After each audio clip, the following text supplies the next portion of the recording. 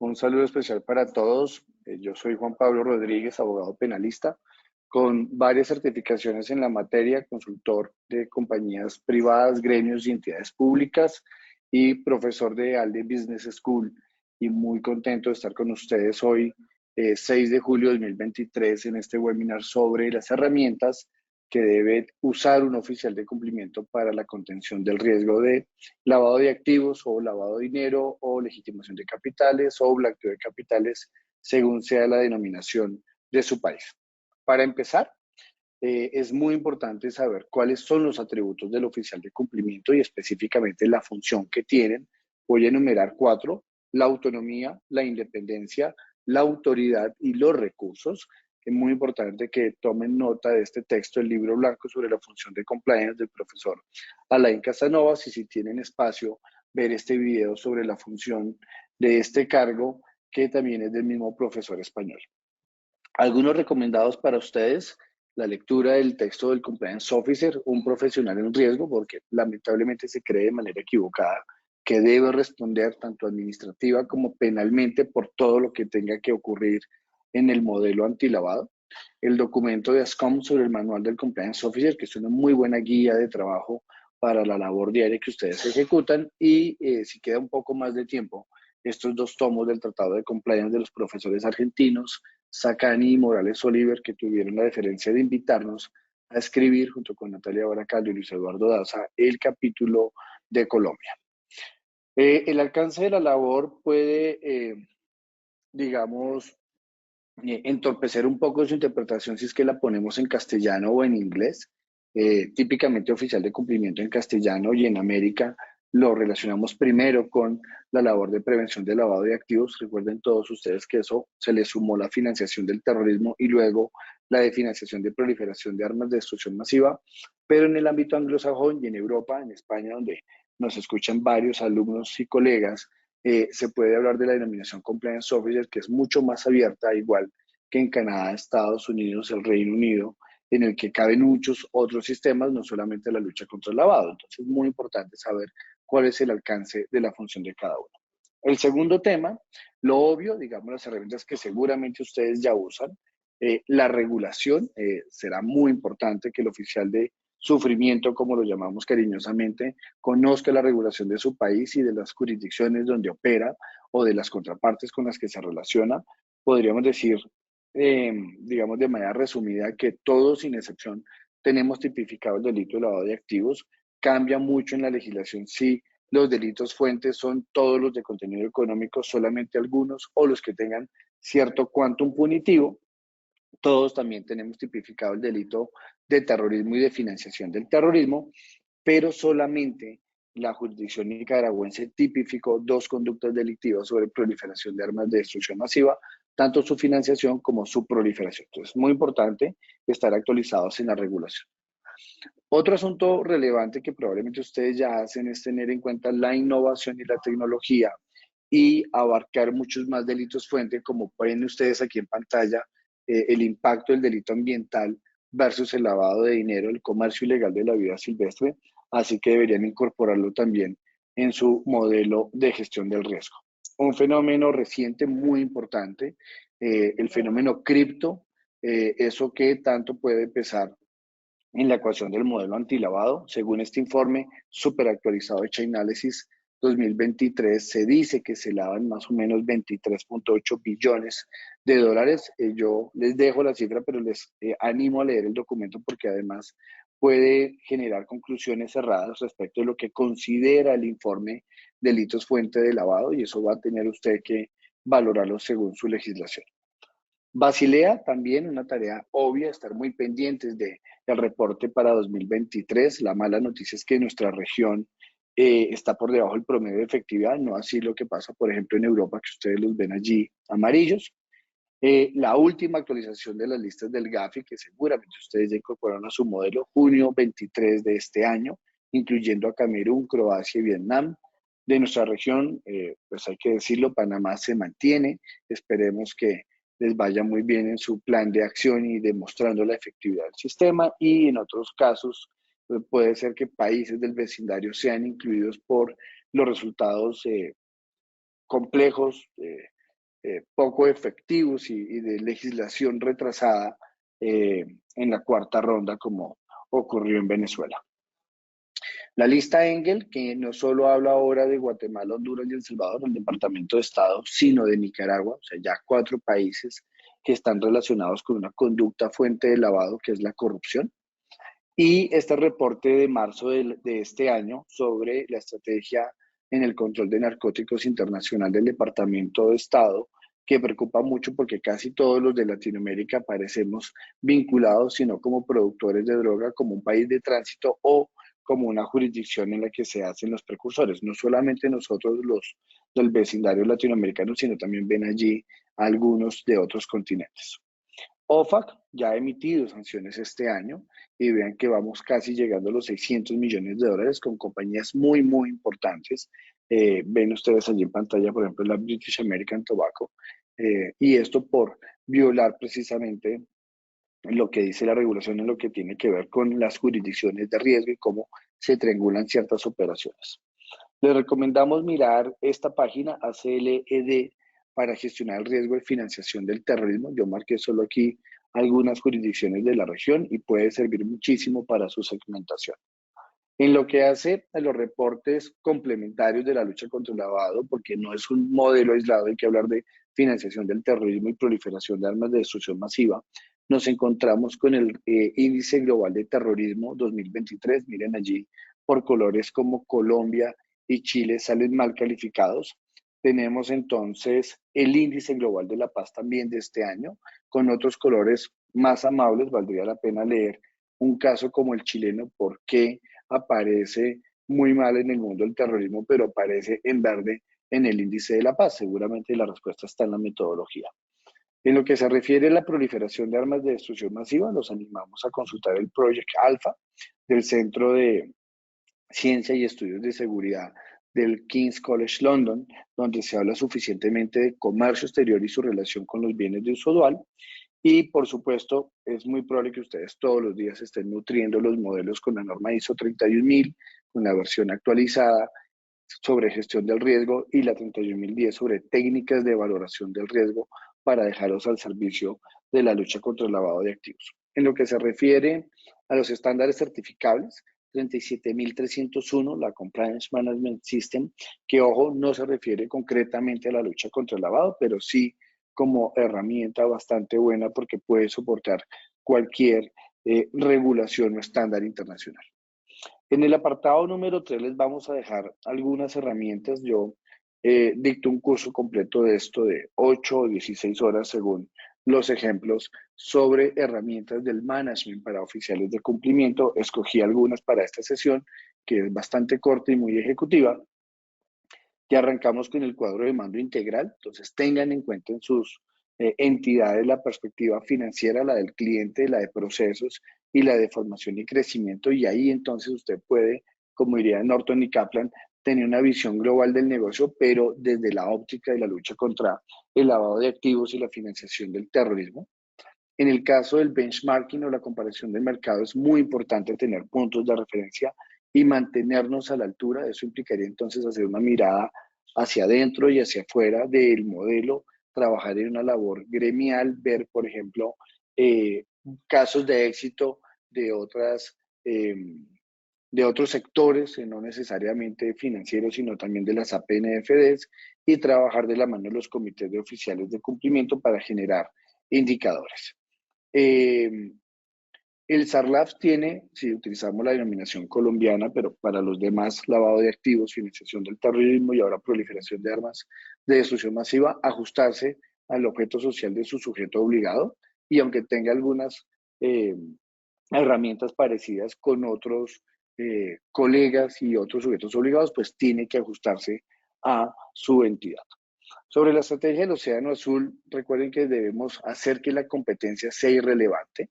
Entonces tendríamos que ver a dónde no ha llegado el SARLAF, cuáles son esos nuevos factores de riesgo, cómo puedo centrarme en la imagen del modelo y no solamente en los números. Ver, por ejemplo, a qué empleados no les gusta la capacitación o no les atrae el modelo para llegar a una herramienta de tipo diferencial, y podemos ir por estas cuatro: la utilidad del modelo, el precio del modelo, el coste del modelo y la adopción del modelo. La cuarta herramienta es la matriz de Boston. Saben que aquí aparecen perros, estrellas, vacas e interrogantes. ¿Cuáles son las vacas lecheras del negocio? Mercadeo y comerciales. Las estrellas, junta directiva y accionistas. Los perros, recursos humanos y los abogados.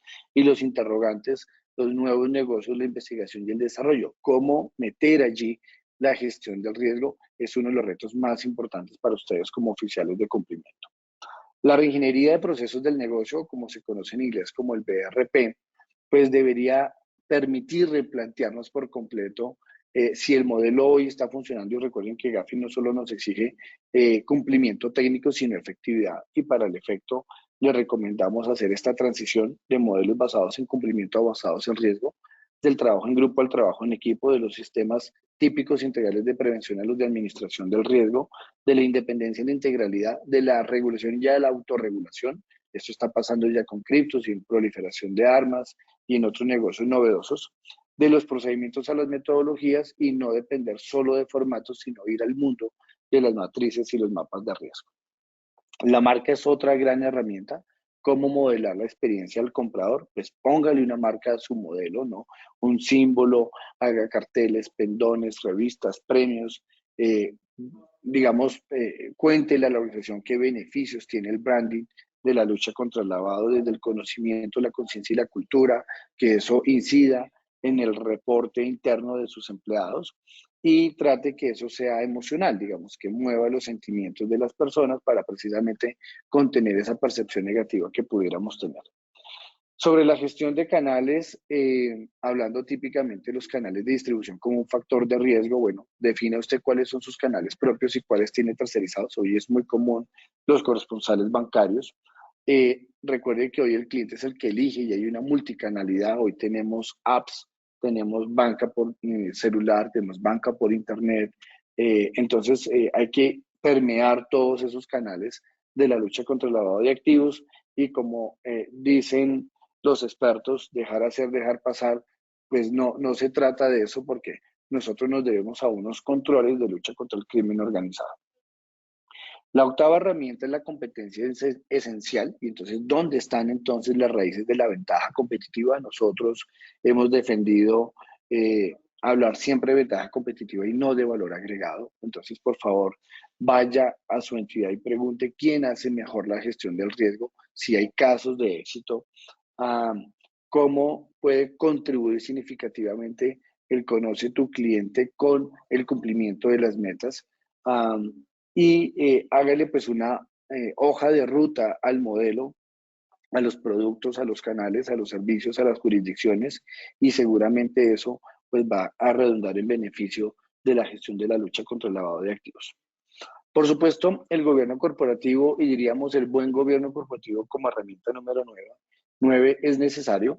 Necesitamos mantenernos en los estándares de conducta globales y para ello se requiere información, unas juntas directivas y un presidente de entidad muy bien informado, usando estándares como las normas internacionales de auditoría y otras como el PKOB y algunos ya específicos de nuestra tarea diaria como el GAFI, que recién acaba de emitir un documento sobre proveedores de servicios de activos virtuales. Entonces, con eso puedo crear una muy buena gobernanza alineado a visión, misión y valores de la compañía con acuerdos de nivel de servicio.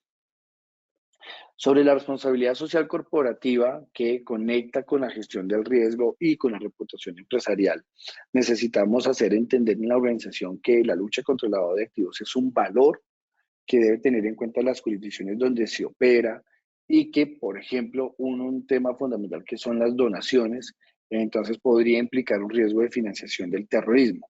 Hay distintas percepciones de la responsabilidad social, empresarial o corporativa, la real en Europa, la que es requisito y no necesariamente se cumple y es efectiva en Estados Unidos, y por eso es muy importante ver si el RSC se convierte en un requisito para operar y se cumple precisamente por un mandamiento legal y no porque realmente nos guíe un fin filantrópico. Siempre va a haber un enfrentamiento entre el deber ser y el ser y pues hay que acercarlos para que precisamente la lucha contra el lavado de activos sea lo que se espera, no solamente del regulador, sino de los de las instancias internacionales, pero que sea efectivo también. La herramienta número 11 es la estrategia corporativa, cómo llegamos ahí, y ese cómo llegamos ahí es pensarse el modelo a largo plazo, cuál es la característica única que tienen estos modelos y son los reportes de operación sospechosa. Recuerden que hay tres decisiones muy importantes en los sujetos obligados. Yo vinculo la contraparte, no la vinculo o la desvinculo, y no es una labor del oficial de cumplimiento. Debemos tener reglas para tomar buenas decisiones, y eso implicaría diversificar el modelo y descentralizarlo, y no solamente que quede en manos del oficial de cumplimiento y su equipo. ¿Cómo hacemos entonces para penetrar el modelo antilavado, desarrollar, digamos, como dijimos ya, una nueva reingeniería y tener una nueva clientela interna de ese mensaje? Pues es todo un reto para el oficial de cumplimiento o el área de cumplimiento, y entonces eso implica que yo haga una buena declaración de objetivos y de la misión de mi tarea, cuál es mi entorno, cómo formulo una estrategia, cómo la implemento, pero también cómo la evalúo y la controlo para que cuando reporte esto a la junta directiva o al consejo de administración, pues pueda ver buenos resultados. Y para eso pues hay que simplificar, y esa simplificación puede ir por la ruta del análisis Lean, por ejemplo, o de una actividad basada en costos, ¿no? Cómo yo puedo hacer un análisis de escenarios para mostrar las consecuencias que tendría una y otra decisión en el marco de la gestión del riesgo de lavado de activos. Y miren lo que dice aquí en las tres máximas: eliminar la complejidad por la que los comerciales no están dispuestos a ceder y que la ley lo permita. Dos, explotar la complejidad por la que los clientes están dispuestos a dar información, piensen en beneficiario final, y minimizar los costes de la complejidad de la vinculación. Viene entonces el famosísimo GRC, Governance, Risk and Compliance, o Gobernanza, Riesgo y Cumplimiento. Nos queda para otra sesión hablar del ESG, el Environmental, Social and Governance, porque es algo obligado hoy en la gestión de los riesgos, pero aquí nos quedan 10 razones para que funcione un modelo antilavado en el marco del GRC. Y esto debemos hacerlo teniendo en cuenta que es vital integrar la información para la mejor experiencia del cliente. Entonces, rápidamente, debemos tener una estrategia antilavado.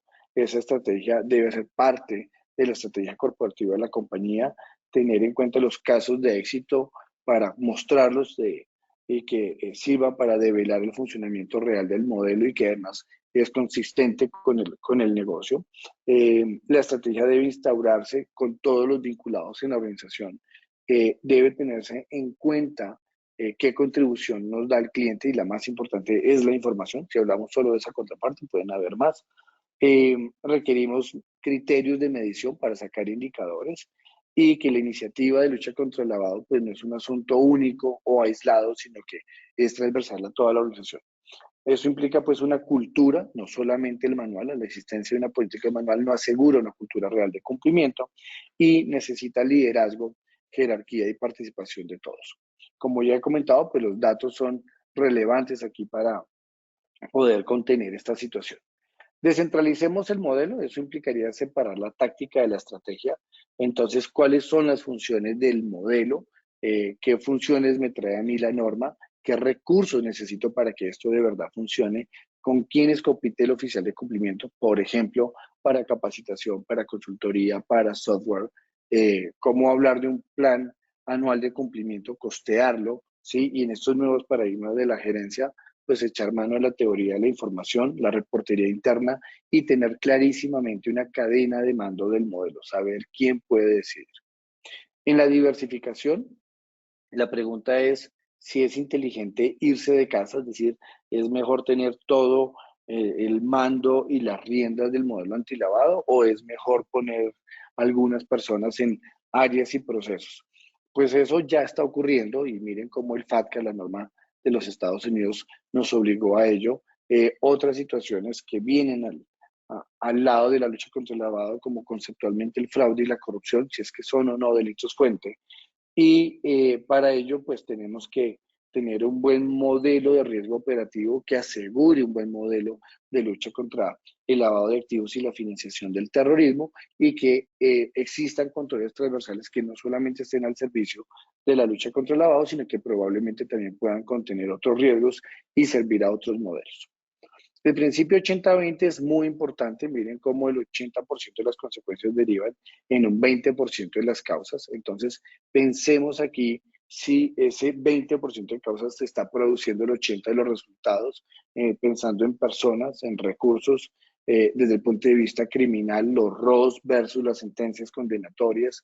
Y eso nos lleva a priorizar y por eso dice allí, algunas cosas son mucho más importantes que otras, porque el enfoque basado en riesgo que el GAFI nos entrega, pues debe darnos permiso para ello.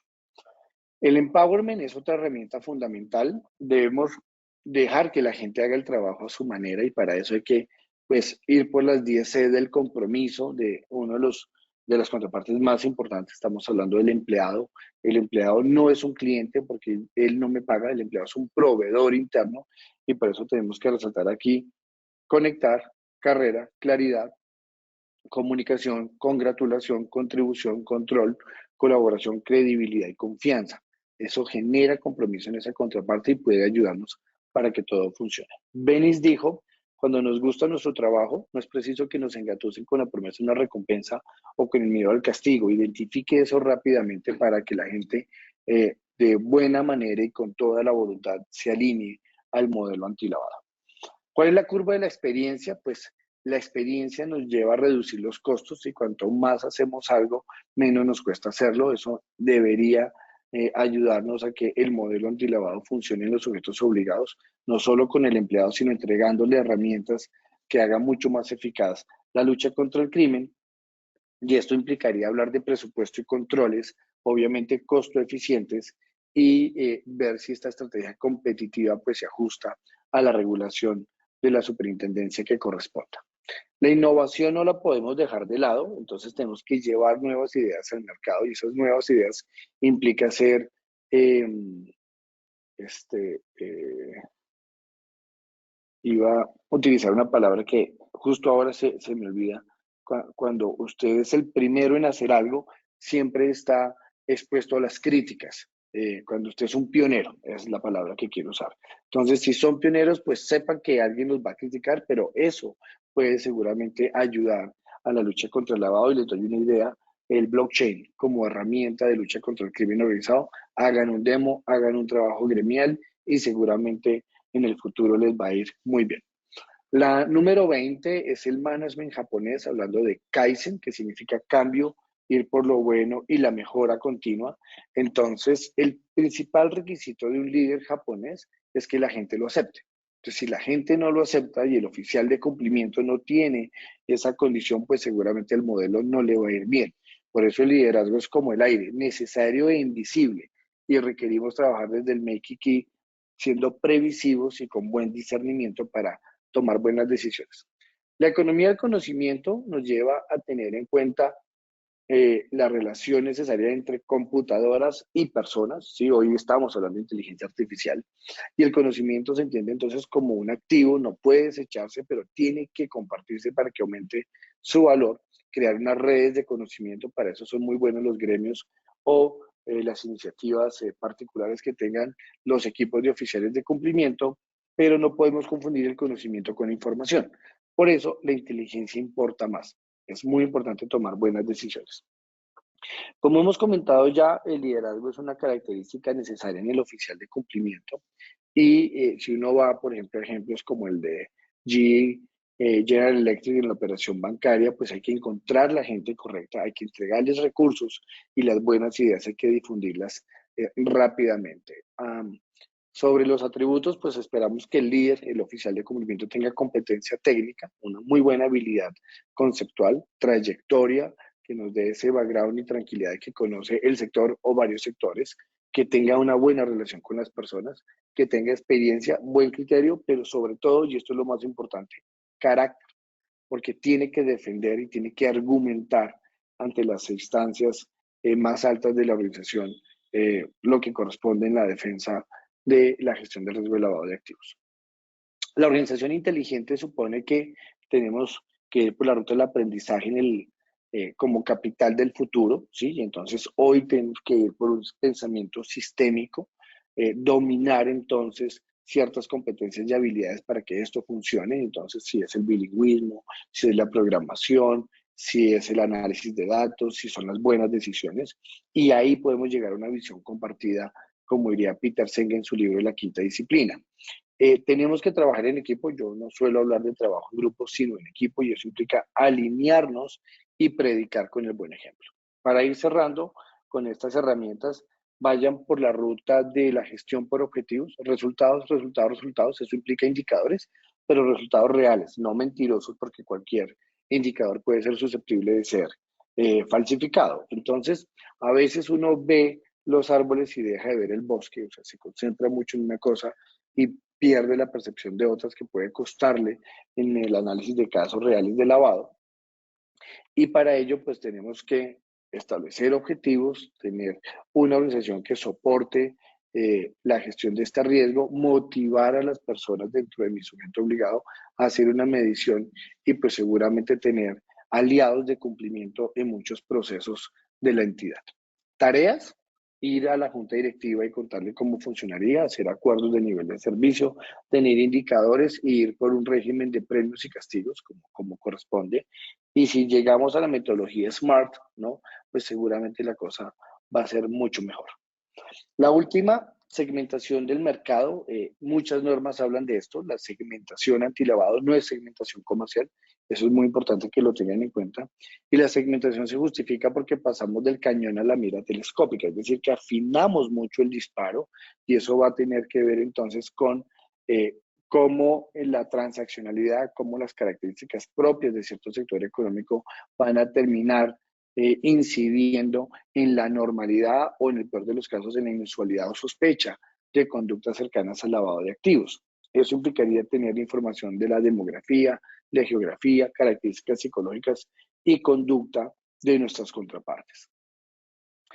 Les hemos querido dejar aquí un bonus track y una conclusión, o sea, algo adicional para ustedes en esta masterclass de ALDE. Y venimos con el PAC. Uno debería, como oficial de cumplimiento, tener un programa anual de cumplimiento, y ese programa anual de cumplimiento entonces implica actividades, metas, costos, insumos, tiempo de ejecución, responsables y resultados. Algunas normas de la región lo tienen, otras no.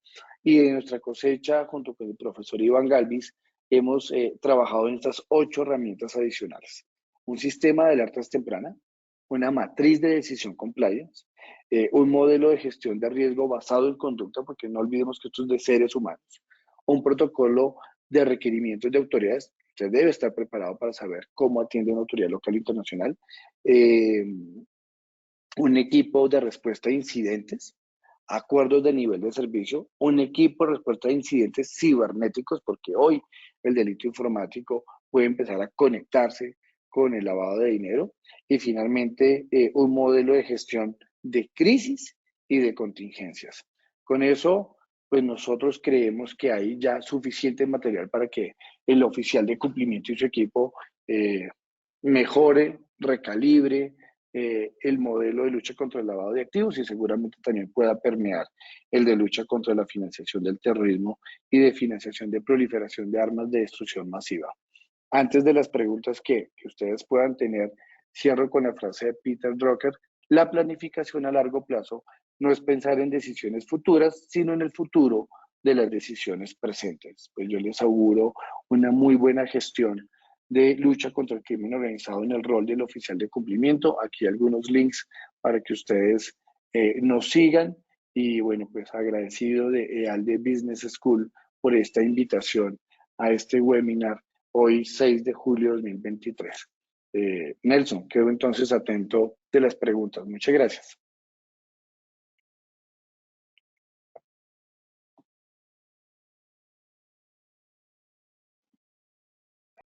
Hola Juan, dame un segundo, saco algunas preguntas de las personas que nos están escribiendo. Dice Fabián, ¿consideras que en Colombia se está limitando el compliance al cumplimiento de Sangrilaf?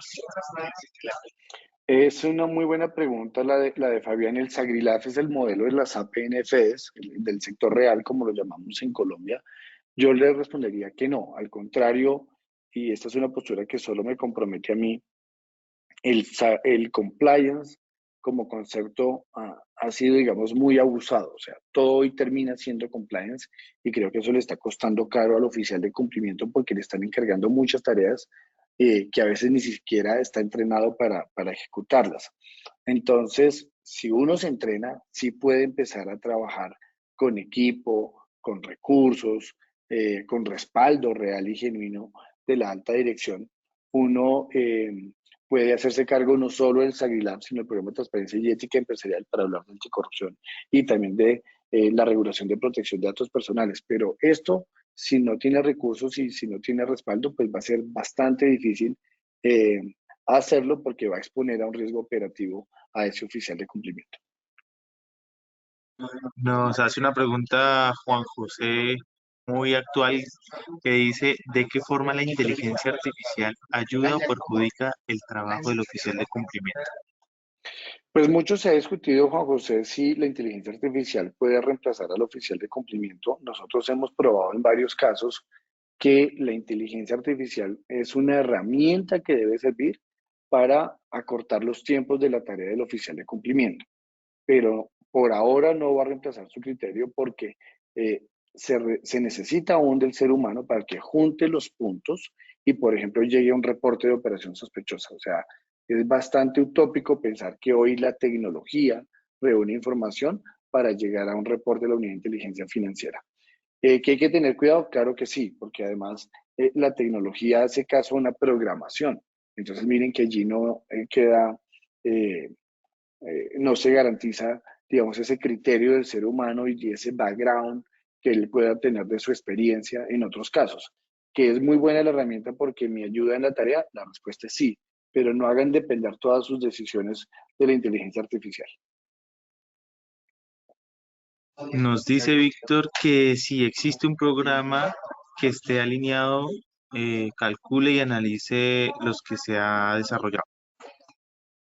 Pero cuando él dice, Víctor, sobre programas, ¿a qué se refiere? ¿Programa informático? Si Víctor nos pudieras escribir de qué se trata y así la desarrollamos. Mientras tanto, entonces nos hace William una pregunta que dice que conforme a tu experiencia, ¿qué parámetros son necesarios para implementar una cultura AML? Bueno, la cultura de cumplimiento es una de las tareas más complejas. Les puedo recomendar un libro que se llama Cambie la cultura, cambie el juego, de Connors y Smith. Y el primer requisito para que la cultura funcione es que la alta dirección trabaje desde el buen ejemplo.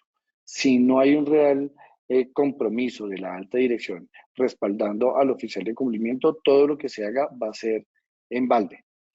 Número dos, la cultura no se escribe, la cultura se vive. Entonces necesitaríamos hacer talleres vivenciales, ir por casos para que la gente genere hábitos de comportamiento y esos hábitos redunden en beneficio de la gestión del riesgo de lavado de activos. Y número tres, como herramienta, la cultura cómo se vive, pues también hay que mostrarla. Entonces, por eso hablaba aquí de una de las herramientas que es la marca. Invéntense una marca, un logo, un personaje en el que yo pueda descargar todo el modelo antilavado y que eso empiece a convertirse en una cultura corporativa. El ejemplo más sencillo es este: una taza de café. Escriba aquí un mensaje, ponga un personaje antilavado y empiece a entregar esta taza a todos los aliados, al que resuelva un ejercicio, al que más participe en una capacitación. Y como el ser humano, además por definición somos defectuosos y uno de nuestros pecados es la envidia, pues otro va a querer tener la misma taza de café, pues para eso necesita entonces participar del modelo antilavado. Creo que ahí podemos empezar a sembrar una semilla de cultura de cumplimiento. Nos pregunta Alexandra, ¿quién establece las actividades a seguir? ¿El oficial de cumplimiento o la empresa a la que se va a intervenir? Cuando hablamos del PAC, el Plan Anual de Cumplimiento, esas actividades las tiene que establecer el oficial de cumplimiento. Piensen guardadas proporciones como la labor de un auditor interno que hace un plan anual de auditoría y él sabe ya en 2024 qué va a hacer, o en el caso colombiano, la labor de un revisor fiscal. Es exactamente lo mismo en la lógica de revisar el modelo y entonces el oficial de cumplimiento tendrá que decir en ese año electivo qué tareas va a ejecutar para tener la tranquilidad de que y ojo el verbo que voy a usar, supervisa el modelo. Él no lo audita, no lo revisa, porque estaríamos en un conflicto de interés en esas dos labores de auditor interno y revisor fiscal a la colombiana. Él supervisa el modelo y recordemos que el oficial de cumplimiento no es propietario de los riesgos de lavado de activos.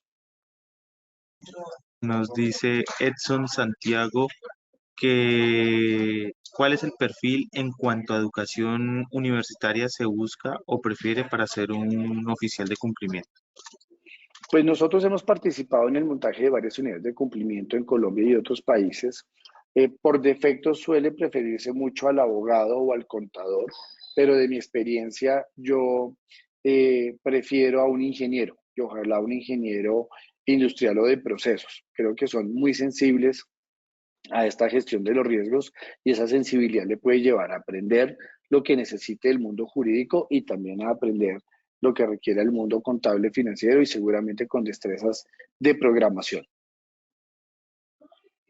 Dice Víctor Eduardo, conforme hay programas de riesgo adaptados a los análisis de riesgo operacional, riesgo de crédito, riesgo de mercado y liquidez, en este sentido, lo desarrollado se puede calcular y análisis con Big Data o análisis de datos generados. Bueno, esa es una pregunta muy compleja y lo que yo pudiera contestar es que el Big Data como tecnología emergente es una muy buena herramienta para el trabajo, pero eso no puede reemplazar el criterio del oficial de cumplimiento. Y cuando hablamos de datos, es importante que se distinga entre dato, información y conocimiento. Probablemente la traducción data no es necesariamente datos, ¿no? Pero con grandes datos yo puedo ir a identificar, por ejemplo, si confirmo o no una alerta o si la descarto. Y algunos países han trabajado en esto. Colombia, por ejemplo, tiene una política pública de Big Data y para la lucha contra la corrupción como fuente de lavado de activos tiene un portal anticorrupción que se llama PACO.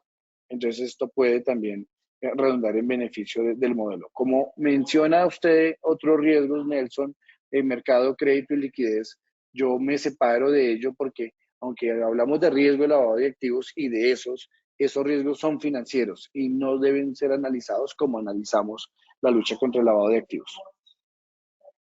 Eh, Carlos Villanueva nos dice, el oficial de cumplimiento, ¿cómo debería ser su relación con los auditores internos y externos de la empresa financiera? Es muy buena pregunta la de Carlos. El oficial de cumplimiento debería escribir un acuerdo de nivel de servicio con los auditores internos y externos. Debería asegurarse de que ese auditor tenga un mínimo de conocimiento técnico antilavado.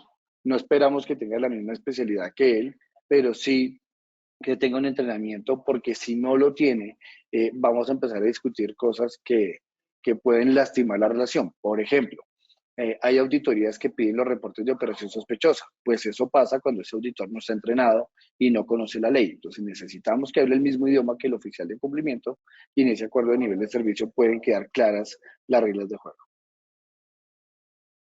Bueno, te cuento que ya se nos está acabando el tiempo. Vamos a responder otras dos preguntas y cerramos como tal la sesión, ¿vale? Con gusto. Eh, Nos dice Julio, perdón, esa ya la leímos, no mentira, sí, Julio. Estas 8 herramientas adicionales que se mencionaron se pueden visualizar mejor a través de una matriz de riesgos. No necesariamente.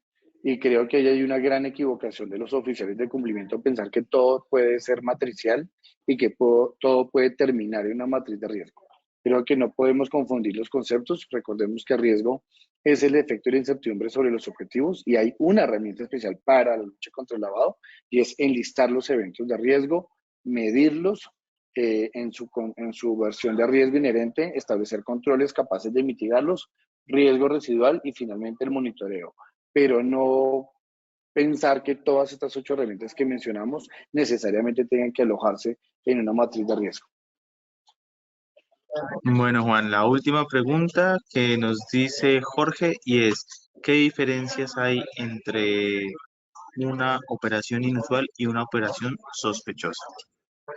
La operación inusual es aquella que se sale de la normalidad. ¿Y quién define la normalidad? Pues el sujeto obligado, y para eso tiene que ser un análisis del sector económico, del tipo de contraparte que tiene, qué transacciones hay, por qué canal se transa con esa contraparte y qué jurisdicción es la que utiliza, si es, digamos, una jurisdicción presencial física, si es que voy a una oficina bancaria en Bogotá, o si estoy en banca electrónica en una IP en Buenos Aires, aún siendo cliente de una entidad financiera en Colombia, por ejemplo.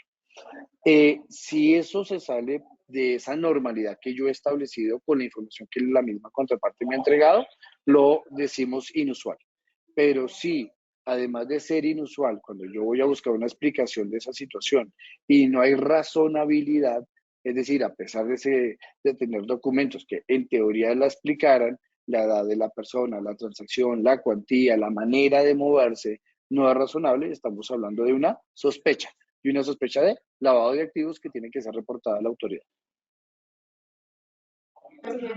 Bueno, Juan, esa fue la última pregunta que podíamos responder por el tiempo. Sin más, pues a los asistentes les agradezco por su tiempo y por haber participado y claramente a ti por haber participado en esta sesión. Entonces, Juan, Muchas te dejo para gracias. que te despidas y de nuevo mil gracias y felicidades. Bueno, pues Nelson, un abrazo en la distancia hasta Madrid y a todos, muchas gracias por conectarse a este webinar de EALDE. Ahí les quedan nuestros datos y nos vemos en las redes y les auguro pues lo mejor en esa labor tan compleja como es la gestión del riesgo de lavado de activos, financiación del terrorismo y proliferación de armas de destrucción masiva. Muy amables.